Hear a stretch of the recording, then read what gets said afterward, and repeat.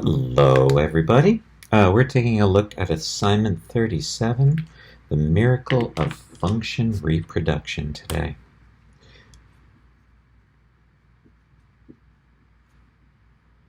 Okay, so, you have had an awful lot of time working with functions over the last few years of your math career, and I just want to make sure that you have picked up the most interesting part of it, and that is that functions are creatures too, and like other creatures, they reproduce. And curiously, when, let's say, we have one function meets another function, and they like each other very much, they may choose to make a little baby function.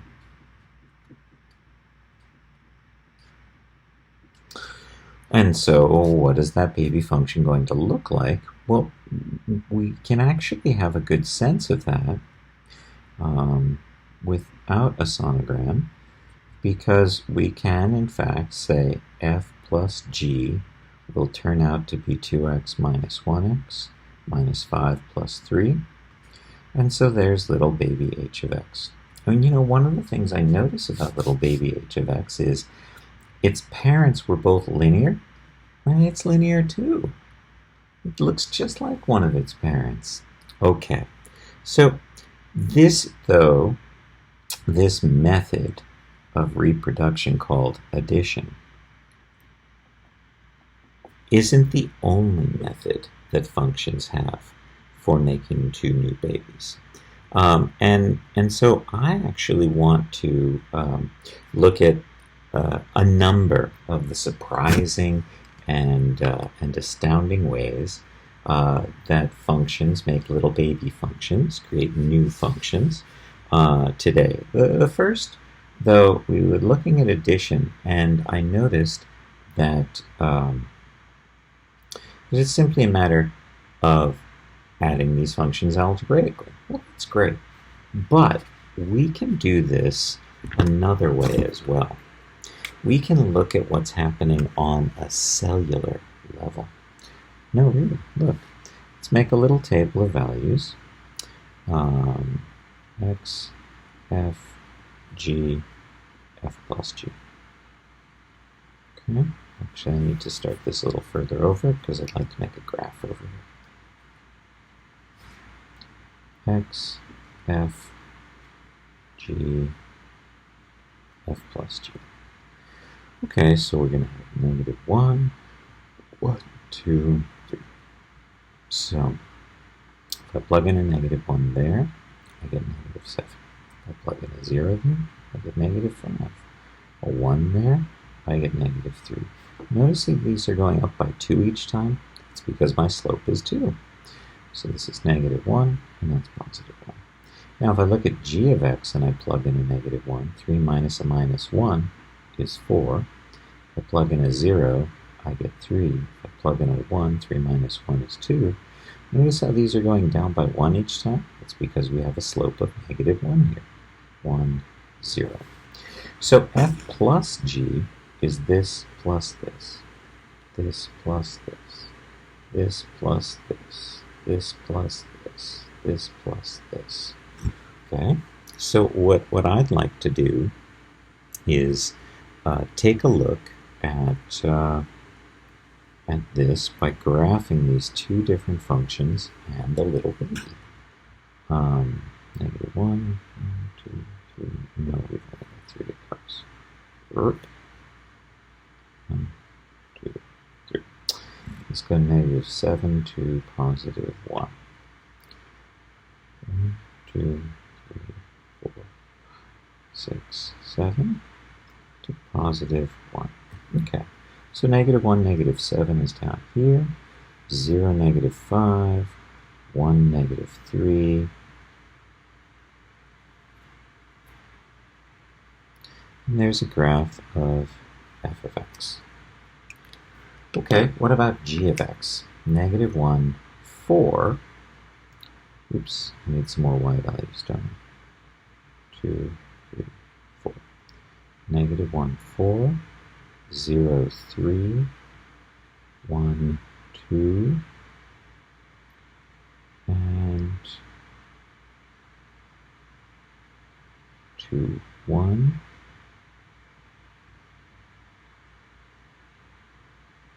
I think here, but on this one it's 3, 1. 3, 1. Is it supposed to go through 2.5? Should be. Here's my 0.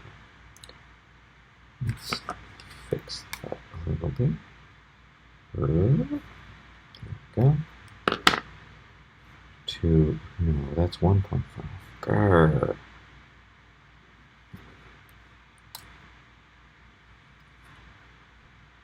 Yep, still didn't get it. I hate scaled graphs. Alright, well, we get the idea that here's G and here's F. Now, the cool thing is, this information about little baby h of x, negative 1, negative 3, 0, negative 2, 1, negative 3, 0, negative 2, 1, negative 1, 2, 0. There's h of x. And I actually want to point something out. That these points come from adding that y value and that y value at negative 1 makes that y value. And that y value plus that y value, when we add them together, makes that y value. So it's really on this cellular level, by point by point by point, we can add the y values at each point and see, oh, well, here you are, and here you are, because I've added these points and I got that, and I added these points and I got that. And so we can look at every single cell on h of x and know exactly where it came from. It came from adding these two y values. This point comes from these two y values. This point comes from these two y values. So if I'm given just these functions, or better yet, I'm just given the graph. I don't even need the table or the algebra. I'm just given the graph. If I'm told to graph little baby h of x, which is made by f plus g of x, all I have to do is add the y values at every single point to make all the y values that will be on h of x. Okay? All right. So, how can functions make babies? Well, we said that f of x plus g of x is one way for functions to make little baby h of x. But there are other ways, and I want to point out, this is old school notation, but we've also got new school notation. This means that. And these are interchangeable. But if you're accustomed to only this one, and the textbook shows you this one, you may get stuck. Okay, so I want to point out the old notation and the new school notation. And by new school, I mean at least as long as I've been alive, this has been an option. So I don't know how new it is, but it's certainly newer than this one. Okay, so let's have a note over here about our two functions. F is 2x minus 5, and g is 3 minus x. And, you know, we could have absolutely any functions here, but I want to go through all the operations with these two functions. These are the two functions that I want to pay attention to and see what their babies look like. So we've already done f plus g of x, and what happened? We added those x values, we added those numbers, and we got this function. So this is our little baby h of x, which is f plus g. Okay, so what other ways? Well, there are other ways. For example, we could have f minus g. Well, what's that going to look like? Well, that's going to look like 2x minus 5 minus 3 minus x. Don't forget to distribute. 2x minus 5 minus 3 plus x. So I've got 3x minus 8. That's what happened when we used f minus g of x. Remember, this notation and this notation are synonyms. Hey, speaking of which, f of x plus, no, sorry, I want to do this at a point, 4 plus g of 4, that notation, it's going to be the same as f plus g of 4. How do I find f of g of 4? Well, I have two ways that I can find f of g of 4. The first way is to find f of 4, then find g of 4, and add those values together. So f of 4, 2 times 4 is 8, minus 5 is 3. And g of 4, 3 minus 4 is negative 1. And so I end up with 2. But that's one way to do it. The other way to do it is to first add f and g, then plug 4 in. So when we added f plus g, we got this, x minus 2. So 4 minus 2 is 2. So do you see the two different ways? One is to find f of 4 and g of 4 first, and then add those results.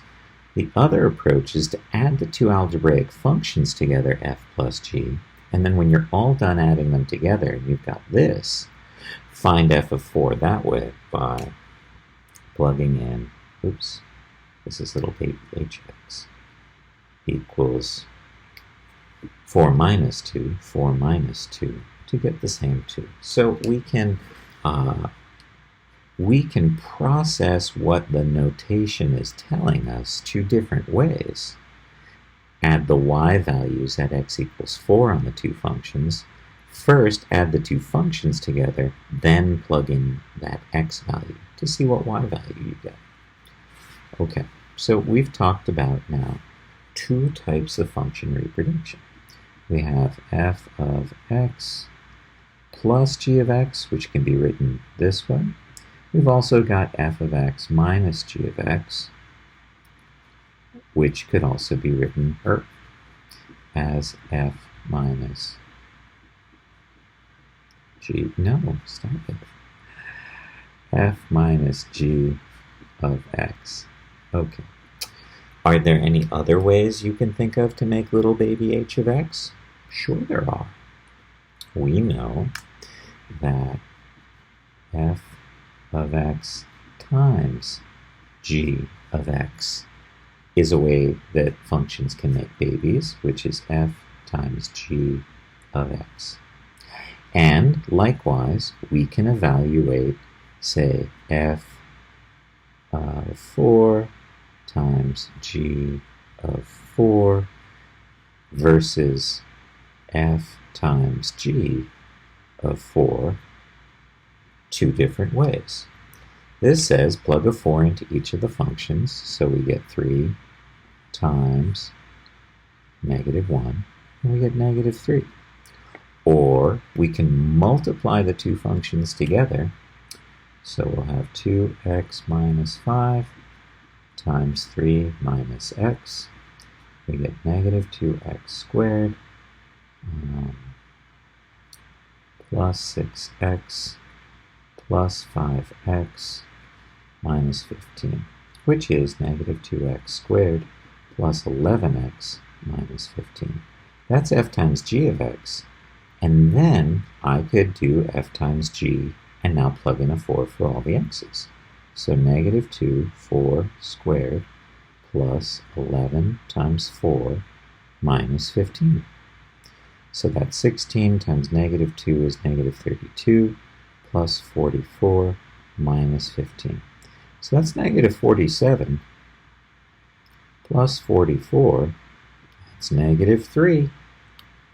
So again, with this method of function reproduction where the functions multiply each other, we can either figure out what the constituent f of 4 and g of 4 are going to be and then multiply those numbers together, or we could actually multiply the two functions together, find f times g of x, and then find f times g of 4 by plugging a 4 into all those x's.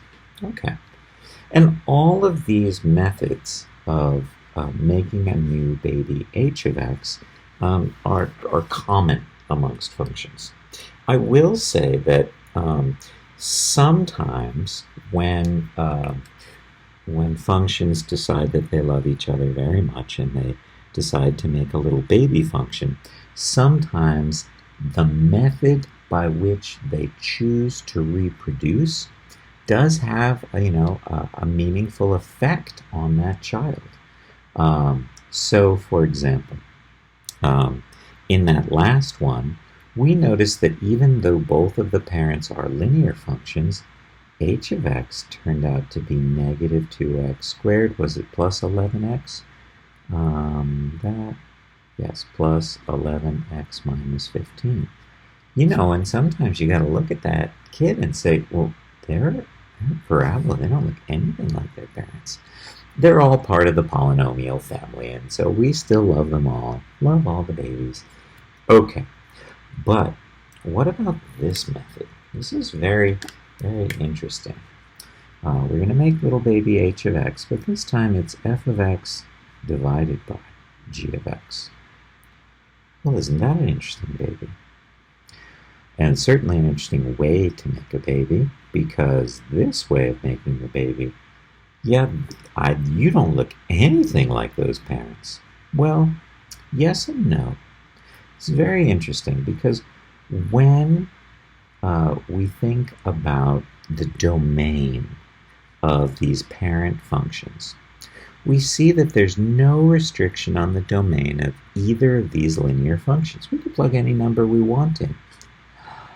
But because the parents chose to make their baby in this way, is the domain of their baby, h of x, also all real numbers from negative infinity to infinity? Because that's what the domain of the parents were. Well, look down here. What happens if I plug in x equals 3? Little baby h of x doesn't exist anymore. So that's really, that's an important restriction on baby h of x's domain. The way the parents made that baby h of x caused a birth defect. And so we know that h can't be 3. It can be all these numbers, it can be all these numbers, and so we would say that the domain of little baby h of x is negative infinity to 3 union 3 to infinity. Now, all the other methods we talked about, adding, subtracting, multiplying, the domain didn't change. The domain in each of those earlier cases was the same as the domain of the parents. The parents, you could see the child in the parents, but here, that child, you should never make that baby at the nuclear waste facility, or it's going to walk away with, some restrictions to it. So, and speaking of which, are you comfortable evaluating f of g of 4? Remember, we could also do f of 4 divided by f of g. Now, this, divided by g of 4. Now, you may say, well, didn't we just distribute a 4 there? No. This is notation. Because if we had distributed 4, it'd be 4 times this and 1 times that. And we don't want to think about that as distributing. It isn't. It's composition. It's the composition. No, it's taking a 4 and splitting it into f over g. Remember? So f over g looks like 2x minus 5 over 3 minus x. And so if we want f of g of 4, once we found f of g, we're now going to plug a 4 into all those values. And so I get 8 minus 5 is 3, and here I get negative 1. Negative 3. I could also find f of 4, which is 8 minus 5, or 3. I can find g of 4, and lo and behold, I get the same negative 3. It's the same problem with a different notation. Okay? But not all methods of reproduction are the same. Now, I said at the beginning that functions had a lot of different ways of making babies, and you know what? G over f is a way we could make this baby. We could see 3 minus x over 2x minus 5. That's little baby h of x. And look, because they used this method of reproduction, baby has a birth defect.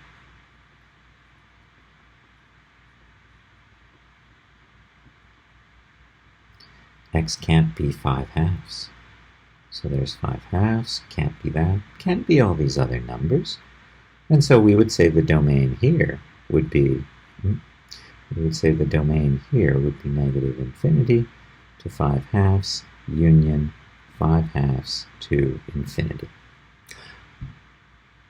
Again, baby doesn't really look like its parents on first look, but as you look closer, oh look, it's got its mother's eyes and its father's ears. It's just that the method they used causes about a restriction in the domain, which, isn't there for the parents, okay? Now, I kind of want to say, functions could make little babies lots of different ways. In fact, this we've got 4 so far, but there's still more, okay? But I do want to take a moment to talk about baby h of x just a little more before we get into the next types of composition, because there's 3 or 4 more. I know, you thought you knew everything about functions. You've known about functions for years. All right, so let's consider these 2 parents. Now, f of x is x squared, and g of x equals square root of x. Well, let's talk about the domain for these parents. Ooh, better yet. There. No, yes, okay.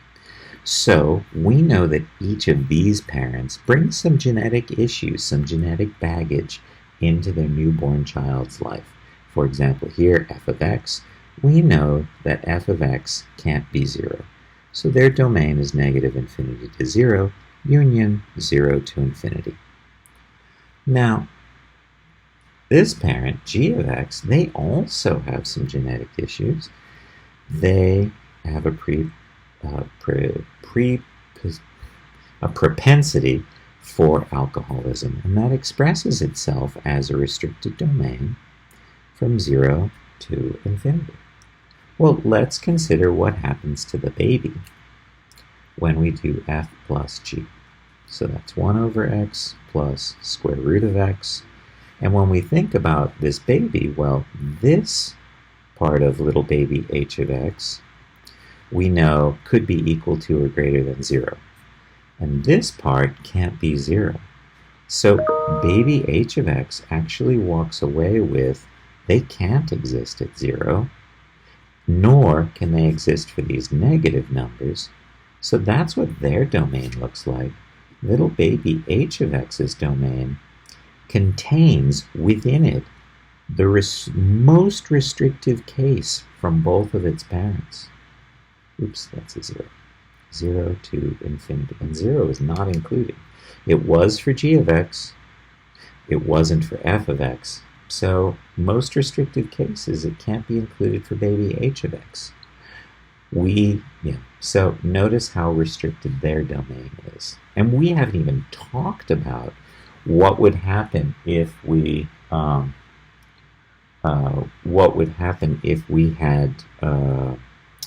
done, say, f over g of x. Does that change things? Well, that's 1 over x over square root of x. Well, this says I can't be 0, but now this is in a denominator too. And so I would get that extra restricted domain here as well. Okay? So, yeah, watch out for those domain restrictions. You know, I kind of want to go and look at this other method of reproduction. It's really kind of gruesome. But just to recap, we've got f plus g of x, which could be written as f of x plus g of x. And we had f minus g of x, which could be written as f minus g, or f of x minus g of x. And we've got f times g of x, which is the same as f of x times g of x. And the reason we have this new notation is because math people are so lazy they didn't want to write out the extra x each time. All right, and then we talked about the very interesting f divided by g of x, and how that would be f of x over g of x, or the equally interesting g over f of x, and that could be g of x over f of x. Okay? All right. I mean, really, we take it all for granted. Some people even call these function operations. And we know, though, that there's more going on. This is actually making new functions. So the last method is called composition. And I mentioned that this was a little gruesome because the notation shows me f of g of x, which could be written as f of g, that's actually an open circle, of x. F of g of x. This is also f of g of x. But do you see f's distended belly? Because it ate g of x? We had to take g of x and put it into all the x's of f of x here. I don't see it so much in this clinical modern notation, but in this old school notation, I definitely see that f of x has eaten g of x. Yikes. So, let's go back and think about our functions. Okay, so we said that f of x was going to be 2x minus 5, and g of x was going to be 3 minus x. And now they're thinking about making little baby h of x because they love each other very much. Well, maybe this is f of x's plan. F is going to eat g. That means I take g of x and plug it in there. So that's 2, 3 minus x, minus 5. Now don't forget to distribute. And so we'll have minus 2x, 6 minus 5 is plus 1. So there's little baby h of x. And it really does look like its parents. You know, the interesting thing about composition is it's not only f of g of x that the parents could choose.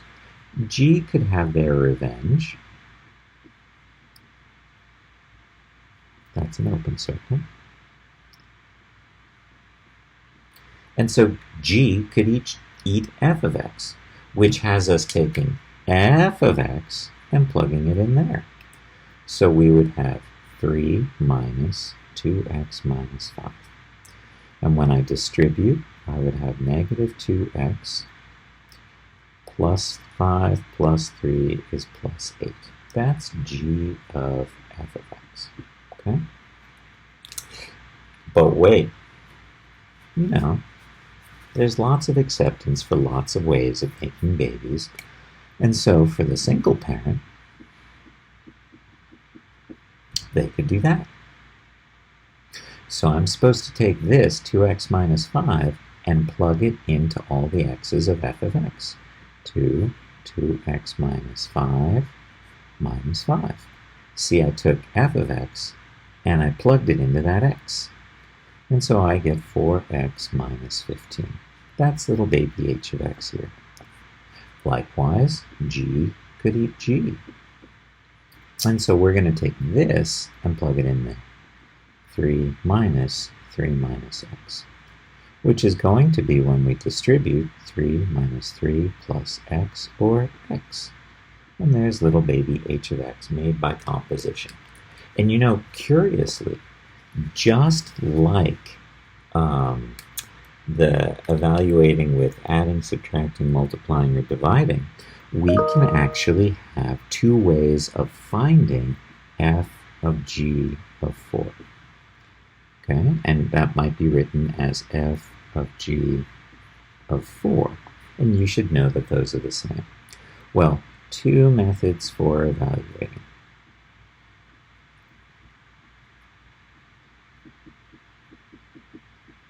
One is to find g of 4. And remember, our g of x function was 3 minus x, so this is 3 minus 4, or negative 1. So I can now replace g of 4 with negative 1. So that's f of negative 1 now, right? So I got rid of that g of 4, and I put negative 1 in that place. So now it's f of negative 1. And what was f of x? 2x minus 5. And so we get negative 7. Well, that's very interesting. So we could start on the inside and find g of 4, find out what that's equal to, and then replace g of 4 with that number. That's one method, but there's another method. We could actually find f of g of x, then plug in 4. Okay, so what was f of g of x again? F of g of x was, I plugged g of x into all the x's of f of x. So we have 3 minus x minus 5. So that's going to be negative 2x, 6 minus 5 is plus 1. Okay, so that's finding f of g of x first. And it's little baby h of x. But now, let's plug the 4 in. Let's find h of 4. Negative 2 times 4 plus 1 is negative 7. See? Same. So, we have two ways. We can do the composition, then plug in the number, or we can plug the number into g and take that output and plug that output into f. Both should work every time. Occasionally, one of those methods is much faster than the other, but either should always work, and I won't penalize you for using one or the other. Okay? All right, now let's talk about, remember how we talked about the method of reproduction can occasionally bring in its own restrictions, and that when we talk about function division as a way of making a new baby, that always brings in a child who not only carries their parents' DNA, but it's a most restrictive case DNA. Well, I actually want to take a look at these two parents. Here are two other parents. F of x equals x squared, and g of x equals square root of x. And you know, we're not normally snoopy people when we consider building little baby h of x by f of g of x, or when we consider building little baby h of x by g of f of x, we're generally too polite to look too closely at what's going on. But maybe we need to. Maybe in this case, we really need to take a closer look, because look, g of x has a restricted domain. The domain of g of x is 0 to infinity. Now, f of x, no problem with their DNA, their genetic code, they're negative infinity to infinity. But I'm interested in what happens to the baby's DNA. What does it take from these parents? Is it like adding, subtracting, and multiplying, where the method of reproduction doesn't cause any damage to the child? Well, we'll see. So here, I would be looking at taking the square root of x and squaring it. And because we haven't looked too closely before, in Algebra 2, and maybe even earlier this year, we would have said square root and squaring undo each other, and I get x. Well, that's not really true.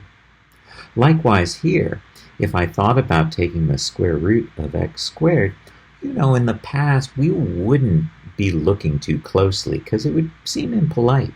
And we would say square root undoes squaring and we get x. But actually, that's not true. These aren't correct because we weren't taking a close enough scientific look at what was happening. We were so distracted by the fact that, oh my God, F was eating G. Oh, there's a little baby h of x. We didn't look too close. Well, now I think we need to take a closer look because of this. Something interesting is going to happen here. So here, doesn't this parent have a restricted domain? Why, yes. I can't plug in negative numbers here. So sure, little baby h of x is going to look like y equals x, except that it's x, comma, x has to be greater than or equal to 0. You know, when I graph this composition on my calculator, that's what I see. I see y equals x, but I don't see it in negative land anywhere.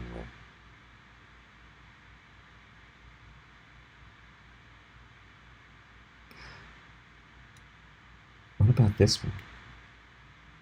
I mean, I'm already sort of, what? What are you talking about? Sure.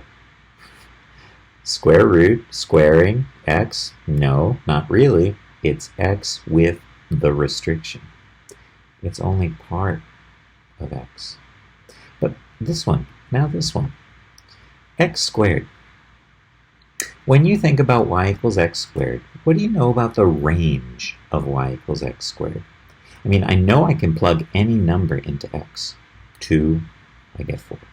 Negative 3, I get positive 9. So I won't be taking the square root of any negative numbers here, and that's good because this one was saying no negative numbers. But what else do you notice? Well, now I'm going to graph what this baby looks like, and you tell me what function it really is. Okay, so if I plug in a 1, 1 squared is 1, square root of 1 is 1. And if I plug in a negative 1, negative 1 squared is 1, square root of 1 is 1. If I plug in a 2, 2 squared is 4, square root of 4 is 2. So this is 2, 2. This is 1, 1. And if I plug in a negative 2, negative 2 times negative 2 is positive 4. Square root of positive 4 is 2. Negative 2, 2. What function is this baby h of x? Wow. So we've really been looking at things casually before. When we said we would do the composition, i.e. when we would square a square root, casually we say it's y equals x. And when I took the square root of x squared, you know, we used to casually say, well, it's just going to be x. Now we have a new understanding. When we take a closer look of what's actually going on with the reproduction, that allows us to see things we might not have seen before. So sure, this method is going to be y equals x, but because of the restriction on g of x's domain, that child is only going to be for x is greater than or equal to 0. And this one says no negatives are coming out of me because only positives are going under that square root. Okay? So yeah, you will find yourself being asked about the domains of these functions whether we're using adding, subtracting, multiplying, dividing, or composition, because when we use these different methods, different things happen to the baby, and we're looking a lot closer now. So, we should probably think about what's happening to the domain of these children, okay? All right, so I just want to do two more things with you, and that is, I want to go back and look at evaluating composition one more time, because I'm still a little uneasy that the square root of x squared was not x, and square root of x gets squared was not x either. I'm still sort of blown away by that, so I'm going to sit with that for a while. It's not like we're completely wrong here. It's just, square root of x squared is going to be x for x is greater than or equal to 0, and here I've got square root of x squared is going to be absolute x. Okay. All right. So let's think now about, well, we did some compositions here, and that was a little scary. And so I just want to evaluate these compositions again. So here, and we had said that f of x was square root of x, I think, and g of x equals x squared. Okay, and so I want to consider f of g of negative 2. So we said we could evaluate this two different ways. We could either plug negative 2 into g, so g of negative 2 equals negative 2 squared, or 4, so then I can replace this with the number 4. And then to find f of 4, I'll plug that 4 in there, and that will give me square root of 4, or 2. So that's one method. I call that chasing the value method, because I'm first putting that negative 2 into g, and then I'm chasing that output into f to get my answer. But we also said before that we could do this a different way, where we found the composition first, where we did square root of x squared first, and so that's our baby h of x, and then once we had done the composition, plug in the negative 2. H of negative 2 is going to be absolute negative 2, which is 2. Hey, that's the same thing. Okay? What if g eats f of x? Remember, that notation could also be g of f of x. Well, when I have to evaluate this composition, again, I could find f of 4, and I keep erasing it. F of x is square root of x, and g of x is x squared. Okay, so I could find f of 4, which is going to be square root of 4, or 2. So now I'm looking at g of 2. This is equal to 2, so I'm going to get rid of that and replace it with a number, and then I want g of 2. G of 2 is 2 squared, or 4. Okay? Nice. But we could also do the composition first. And what happens when we do the composition first? Well, I'm going to take f of x and plug it inside of g of x. So square root of x squared. And, in the past, we said that was y equals x. Do we know a little different now? Sure. I can't have negatives in that, so this is x greater than or equal to 0. So if I look at g of f of 4, f of 4 is 2, g of 2 is 4. Now, yeah, I'm going to leave it at that. What happens, though, instead of evaluating g of f of 4, what if we had wanted to know about g of f of negative 4? Okay, so let's take a look at that. what's f of negative 4? Uh-oh, I can't take the square root of negative 4. That does not exist because of this. This composition, g of f of x, looks like x, but only for x values greater than or equal to 0. Negative 4 is not greater than or equal to 0, and look, it doesn't work. Okay. So, in your homework, you're going to see a number of things asking you, primarily, 1, what does baby h of x look like? And they're not going to couch it in these friendly terms. They're going to be much more clinical, and they're going to say f plus g of x. Or they may say f of x plus g of x. Find out what that is.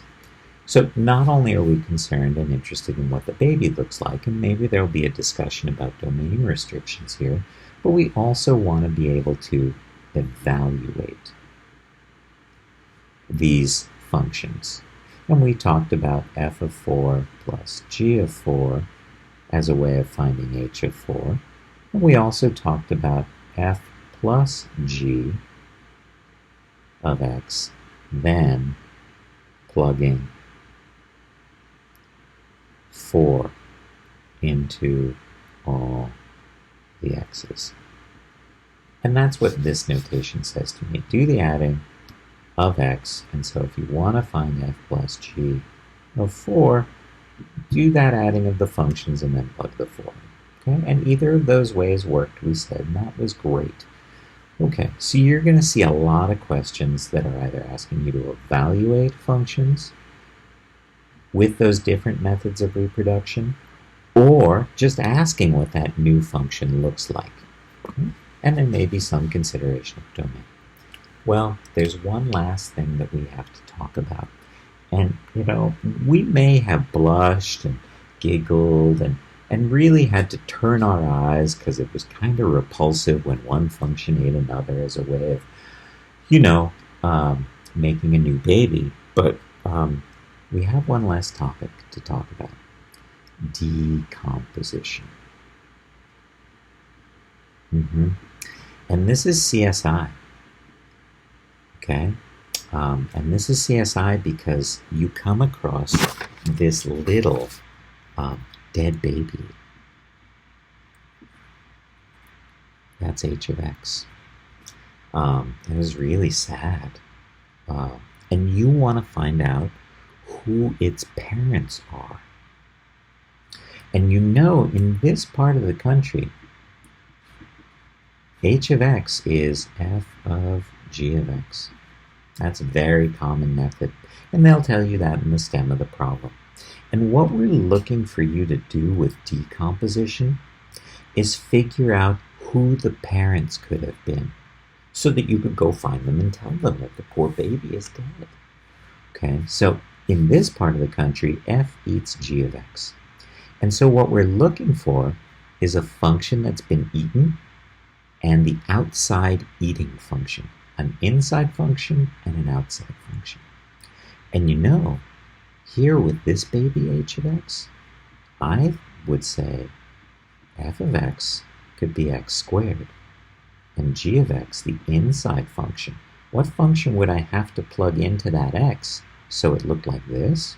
Well, that's 3x minus 2. And so now I can say, hey, I think I know who this child's parents are, and you could go tell the parents. Yeah, this is almost perfect. In fact, though, there are an infinite number of answers. And that's why crime scenes are really tough, because sometimes you think you know the answer, and then it turns out that f of x is actually x minus 2 squared, and g of x, the thing I'm plugging into that f of x, yeah, that's 3x. If I take this and plug it in here, I get that. If I take all of this and plug it in here, I get that. I'm showing you two possible decompositions, two possible sets of parents. It turns out there's actually an infinite number of possibilities. These are just the most common possibilities. These are the ones that students often see. In fact, I'll go so far as to say that's the one for g of x and the outside function squaring that I see 99% of the time. But you know, when you look in the back of our textbook, it will say, and I think it even says in the directions, many answers are possible. And they don't give you answers in the back because we could have an infinite number of different parents. So your job on the CSI team is to merely suggest one pair of parents. And I'll suggest looking for an outer function and an inner function. One of them is on the outside, one of them is on the inside. You know they're made this way. And so my outer function in this reproduction method is f of x, and my inner function is g of x. So let's take a look at a couple of dead babies. Ooh. Square root of 2x plus 7. So here's our little baby h of x. Who could its parents be? What could g of x be? What could f of x, the outside function, be? Well, most commonly students say the outside function is square root, and the inside function is 2x plus 7. And if I take this and plug it into all the x's of f of x so that f is eating g of x, yeah, I'll get that. And that's great. That's not the only answer, but it is the most common one. And we're not going to do much with this beyond this. This will be an interesting thing that will come up when we're in calculus. There's some interesting repercussions from this conversation then. But for us, really, it's only a couple of problems. It's very gentle. Look for an outside function, look for an inside function. Outside is f, inside is g. Okay, let's take a look at another dead baby. And maybe that'll be enough because really we've looked at enough dead babies. Negative x squared plus 3 over 4 minus x squared. Here's little baby h of x. Can you tell me who f could be, the outside parent, and who g could be, the inside parent? I notice that we have x squareds in both of these places. In fact, they're negative x squareds. I wonder if that's g of x. Now, what would f of x have to be so that when I plug this into all the x's of f of x, I got that? Well, I would think this is what we would need. Because if I took this and plugged it in here, I get that. And if I took this, that doesn't work, does it? Because if I take this and plug it in here, minus and minus is plus x squared, and I need minus x squared. So are we comfortable doing that? This goes in here and does make that. This goes in here and does make that. Yeah, that could be one set of parents. But we could also say that's the inside function. And so then we need these negatives back over here. Okay? All right. Well, that was an exciting class. I'm sorry. I may have to go for a relaxing nap after looking at dead babies, seeing what sort of genetic birth defects get passed on to children from their parents. You know, math is the real world. It's everywhere, including function reproduction. Okay, I think you're going to find the homework a little less gruesome.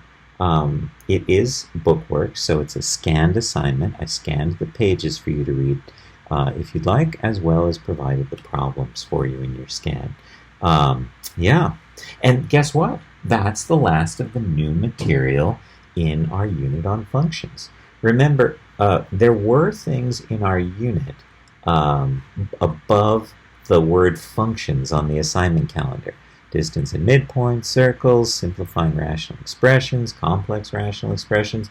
Yeah, all of that stuff will be covered on a CFA. When it says that we have a big quiz coming up, that quiz is just going to be based on 32 through 38. It's just going to be based on our function discussion, I believe. So, and if that's not the case, I'll announce it in one of our synchronous Zooms.